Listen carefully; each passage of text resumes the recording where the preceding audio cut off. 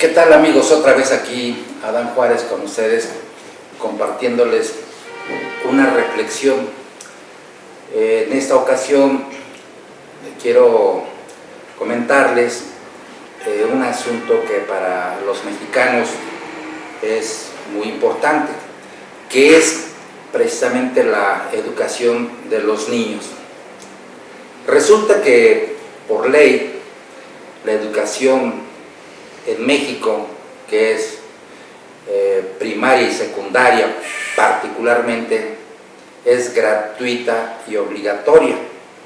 El Estado tiene que asumir el control y asumir los gastos de todo lo que implique educación básica, primaria y secundaria. Y bueno, el Estado tiene también la obligación de vigilar que los programas de estudio sean congruentes con la sociedad, con la libertad y con lo que dice la Carta Magna. Bueno, ¿esto qué implica? Que debe haber libertad de culto, que no debe ser obligatoria la religión, que debe de ser laica y que debe ser gratuita. En ese marco, la sociedad mexicana está de acuerdo. Y bueno, los profesores, todos, están obligados por ley a cumplir con esos preceptos. Y deben ser, y es la obligación de ellos, respetuosos tanto de los niños, tanto de los padres de familias, tanto de la educación que se imparte inclusive en los hogares de cada uno de los niños que acuden a las escuelas, que son millones cada año. Bueno, eso es lo correcto, es lo que debe mantenerse. Pero por ahí, no sé, me parece que algún diablo manejó la situación de que los profesores deberían sindicalizarse para tener el control sobre de ellos, no tanto para preservar sus derechos laborales o para garantizar sus pagos. Los pagos y los derechos laborales existen y se han cumplido en tiempo y forma. Lo que ocurre es que alguna mente perversa del gobierno sexenal, estamos hablando del siglo pasado, que controlan a través de sindicatos, que en este caso es el Sindicato Nacional de Trabajadores de la Educación, controlan a los profesores. Y bueno, ese control ha sido tan férreo, tan rígido, que los profesores o trabajadores de la educación se han convertido en, digamos, en borregos de los líderes. Los líderes se entienden con el gobierno en turno sobre prebendas y canonjías y algunos actos de corrupción, y bueno, el control de los profesores para que no manoteen, para que no hagan olas, como se dice, bueno, pues los tienen bajo un control sindical. Pero ahí dentro de ese tejimaneje, a partir de los años 80, surgió una especie de disidencia, también propiciada por el gobierno en turno. ¿Qué significa?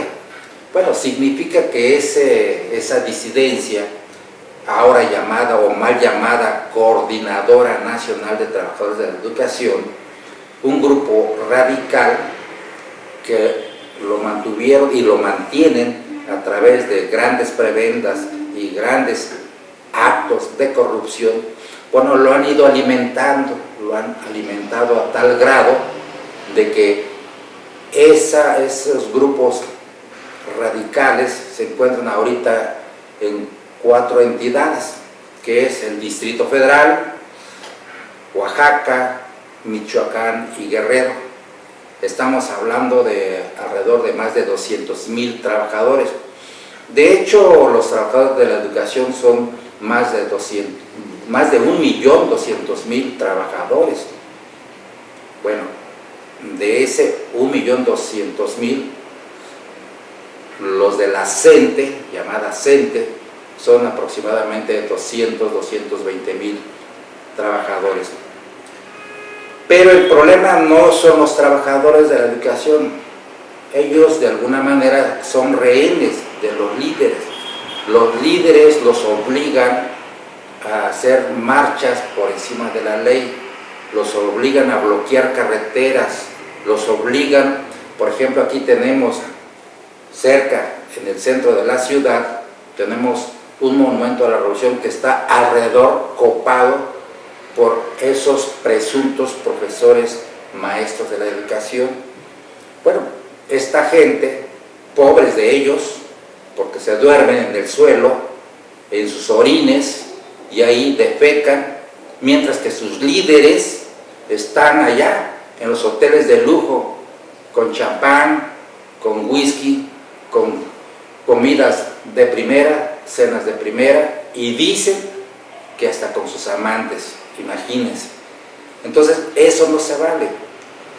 Y no se vale no tanto por ellos, es por la autoridad. El gobierno federal, que en este caso es el patrón de todos esos profesores, lo permite. Y ante un movimiento, digamos, de radicalismo, la autoridad federal dice que se asusta y se hace para atrás y les da, así como a los perros les avienta carne y les avienta de comer y les avienta billetes, y la gente se da cuenta, los legisladores se dan cuenta, los senadores, los diputados, los empresarios, los padres de familia, todo el mundo se da cuenta, pero la ley no se aplica. Entonces hay un juego perverso. Mientras eso ocurre, los profesores están aquí, andan bloqueando en todas partes, no trabajan, no se presentan a las aulas a desquitar su sueldo, pero sí les pagan, imagínense.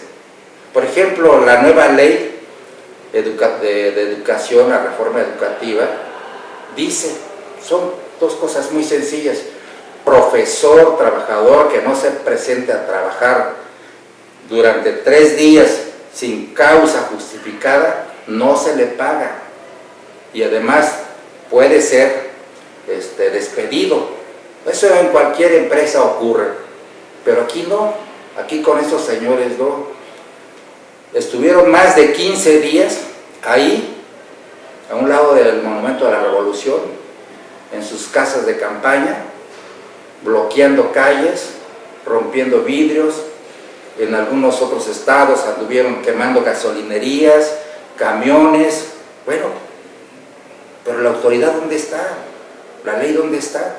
Entonces estamos viviendo aquí que la autoridad es la principal responsable y es omisa, porque no aplica la ley, y como omisa, a ellos debe aplicarse la ley, no tanto a esas personas que sí son delincuentes porque están actuando fuera de la ley.